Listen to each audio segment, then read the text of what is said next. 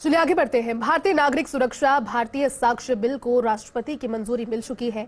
भारतीय न्याय संहिता बिल को भी मंजूरी मिल चुकी है। भारतीय साक्ष्य अधिनियम को भी राष्ट्रपति की मंजूरी मिल चुकी है और मंजूरी मिलने के बाद कानून बन चुके हैं तीनों बिल। राष्ट्रपति ने तीनों क्रिमिनल बिल को मंजूरी दे दी है। ये बिल अब कानून की शक्ल में आ चुके हैं। हालांकि विपक्ष की ओर से लगातार इसमें पार्टिसिपेट नहीं करने का, उन्हें नहीं बोलने देने का आरोप लगाया गया, लेकिन तमाम सारी चीजों से तर भारतीय नागरिक सुरक्षा भारतीय साक्ष्य बिल को राष्ट्रपति की मंजूरी मिलने के साथ ये बिल अब कानून की शक्ल ले चुकी है। बड़ी खबर आपको बता रहे हैं, संसद के शीतकालीन सत्र में ये बिल सामने आए और उसके बाद भारतीय नागरिक सुरक्षा भारतीय साक्ष्य बिल को राष्ट्रपति की ओर से मंजूरी दे दी गई है। भारतीय न्याय संहिता बिल को भी मंजूरी मिल चुकी है। हमारे साथ डेली न्यूज एडिटर और सहयोगी अदिति जुड़ चुके। अदिति, तीनों बिल भारतीय नागरिक सुरक्षा भारतीय साक्ष्य बिल और भारतीय न्याय संहिता, जिनको लेकर के शीतकालीन सत्र में काफी मुद्दे गूंजे, आखिरकार ये बिल अब कानून की शक्ल ले चुके हैं राष्ट्रपति की मंजूरी के बाद। कैसे देखते हैं इन्हें, क्या बदलाव इनके जरिए होगा? देखिए, बिल्कुल राष्ट्रपति की मंजूरी मिलते ही ये तीनों बिल कानून बन चुके हैं। और अमित शाह ने जब ये बिल पारित हो रहे थे, जब सदन में बिल रखा था पटल पर, तभी कह दिया था कि तारीख पे तारीख का जमाना अब चला गया है। सबसे महत्वपूर्ण बात है कि राज्यसभा में तीनों क्रिमिनल जो लॉ बिल, भारतीय न्याय संहिता, भारतीय न्याय सुरक्षित संहिता और भारतीय साक्ष्य बिल पहले गुरुवार को पास हुए। बुधवार को ये तीनों बिल लोकसभा में पास हो गए थे और अब इनको इंतजार था, राष्ट्रपति को भेजा गया था और इनका इंतजार था कि राष्ट्रपति की तरफ से मंजूरी मिले।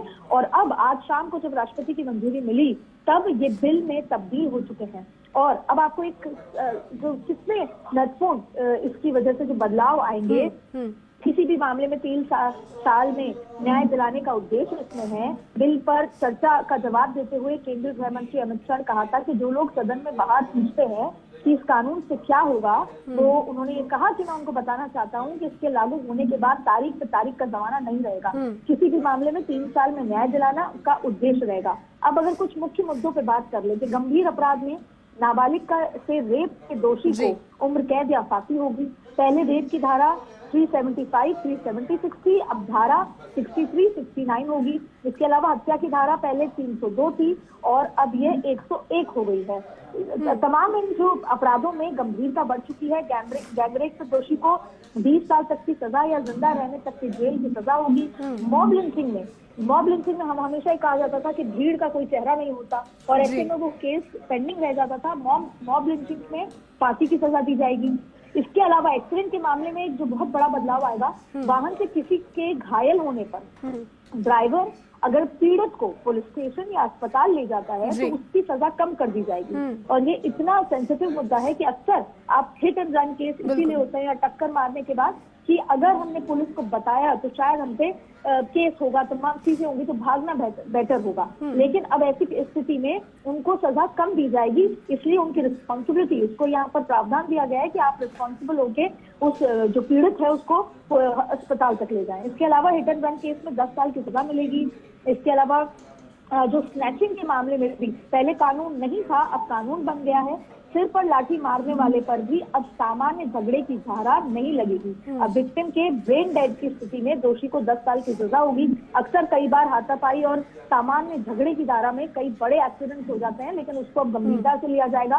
ठीक वैसे ही ट्रायल के मामले में किसी व्यक्ति को गिरफ्तार करने पर पुलिस को उसके परिवार को जानकारी देनी होगी। पहले ये जरूरी नहीं था, ये बहुत महत्वपूर्ण है। किसी भी केस में 90 दिन में क्या हुआ, देखिए एक तरफ तो जो आरोपी थे उन पर जो धाराएं लगती थी या फिर उन पर जो कार्रवाई होती थी उसमें बदलाव है, लेकिन पुलिस जिस तरीके से ट्रायल और ये तमाम चीजें होती थी उसमें भी काफी बदलाव यहाँ पर देखने को मिले।